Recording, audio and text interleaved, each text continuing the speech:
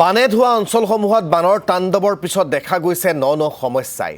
বানপানীৰ বাবে তীব্ৰ নাটনি হৈতে হৈছে অত্যাৱশ্যকীয় সামগ্ৰীৰ সমান্তৰালকৈ মূল্য বৃদ্ধিয়ে বিপদত পেলাইছে বানাক্ৰান্ত ৰাইজক গোলাঘাট জিলাৰ বাদুলিপাৰৰ পাচলিৰ বজাৰত নাই স্থানীয় পাচলি শ বিঘা ৰবি শস্যৰ খেতি পানীত জাহ যোৱাৰ ফলত বজাৰত তীব্ৰ নাটনি হৈছে পাচলিৰ আৰু যাৰ ফলত বৃদ্ধি পাইছে পাচলিৰ দাম পূৰ্বতে ব্যৱসায়ীসকলক পাচলিৰ যোগান ধৰা খেতিয়কক ব্যৱসায়ীসকলেহে যোগান ধৰিছে পাচলিৰ এই সন্দৰ্ভত আমাক সবিশেষ জনাব মিৰুস্পন্ত বৰুৱাই বানপানীৰ পিছত দেখিবলৈ পোৱা গৈছে পাচলিৰ বজাৰসমূহত বিশেষকৈ এতিয়া মূল্য বৃদ্ধি হৈছে আৰু পাচলি এক প্ৰকাৰ নাটনি হৈ পৰিছে গোলাঘাট জিলাৰ বিভিন্ন প্ৰান্তত মই বৰ্তমান বাদুলিপাৰত উপস্থিত আছো আৰু বাদুলিপাৰ বুলি ক'লে ইয়াতে পাচলি বিভিন্ন ধৰণৰ পাচলি গাঁৱৰ পৰা আহে আৰু এইবাৰ গ্ৰামাঞ্চলত বিশেষকৈ দেৰগাঁও গ্ৰামাঞ্চলত সকলোখিনি ৰবি শস্য বানপানীয়ে নষ্ট কৰাৰ ফলত এতিয়া পাচলিসমূহৰ নাটনি হৈছে মই এখন বজাৰত উপস্থিত আছো আমি দেখুৱাইছো এইসমূহ যিসমূহ বজাৰ থাকে এইসমূহ বজাৰত যথেষ্টখিনি পাচলি থাকে কিন্তু গাঁৱৰ পৰা সকলোখিনি পাচলি আহে আৰু এইবাৰ গাঁৱতে বানপানীয়ে যথেষ্ট ক্ষতিসাধন কৰিলে যাৰ ফলত এতিয়া পাচলিৰ তীব্ৰ নাটনি হৈছে আৰু যিসমূহ পাচলি ইয়াতে পোৱা গৈছে সেইবোৰ যথেষ্ট মূল্য ইতিমধ্যে বৃদ্ধি হৈছে আমি ব্যৱসায়ীগৰাকী আছে কিছু কথা পাতিবলৈ যত্ন কৰিম দাদা বানপানীয়ে যথেষ্ট যি আহে বানপানীৰ পিছত এতিয়া দেখিছো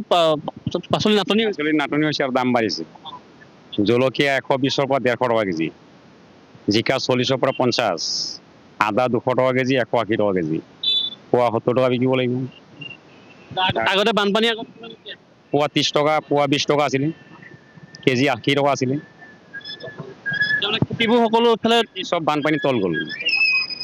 তাৰপিছত পাচলি দি 10 কেজি লাগে 20 কেজি আহে 10 কেজি টনাটনি হয় বেপাৰী বেছি হয় বাহিৰৰ পাচলি আহিছে বাহিৰৰ পাচলি ইয়াত কম আহে মোৰ ইয়াত সব লোকেল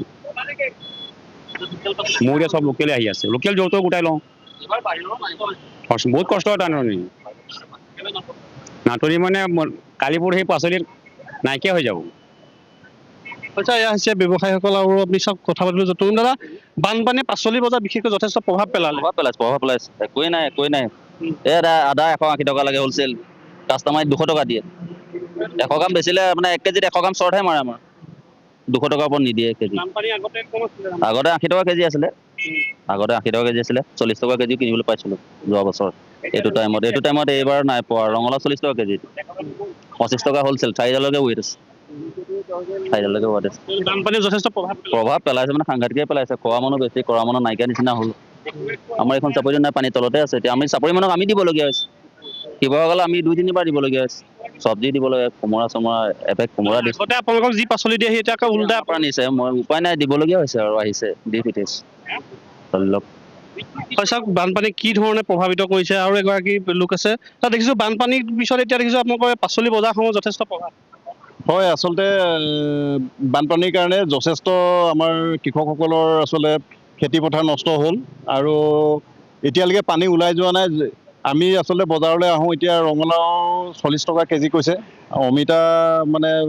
30 টকা কৈছে তো এনেকুৱাকৈ নি খাব লাগিব আৰু উপায়টো নাই বানপানীয়ে গোটেই পাচলি নষ্ট কৰা হয় বানপানীয়ে যথেষ্ট নাটনি কৰিলে গোটেই দ অঞ্চলৰ আমাৰ নাই আচলতে বহুত বেয়া লাগে আৰু আজিও পানী মানে শুকাই শেষ হোৱা নাই আৰু খেতি এতিয়াও আৰু 2 মাহমান লাগিব আচলতে নতুন পাচলি ওলাবলৈ সেইকাৰণে এতিয়া যিবিলাক আহিছে যিবিলাক বেয়া হৈ গৈছে আমি বেয়া হ'লেও খাব লাগিব এতিয়া বিলাহী চাওক আপোনালোকে নায়েই অৱস্থা এনেকুৱাকৈ লৈছোঁ আৰু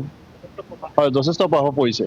হয় যথেষ্ট প্ৰভাৱ পৰিছে এনেদৰে ক'ব লাগিব বানপানীৰ পিছত এতিয়া বিভিন্ন ক্ষেত্ৰত সমান্তৰালভাৱে পাচলিৰ বজাৰত এতিয়া প্ৰভাৱ পৰিছে আৰু কিয়নো ৰবি শস্যসমূহ যথেষ্ট নষ্ট হ'ল আপোনাক এই মুহূৰ্তত ধন্যবাদ জ্ঞাপন কৰিছোঁ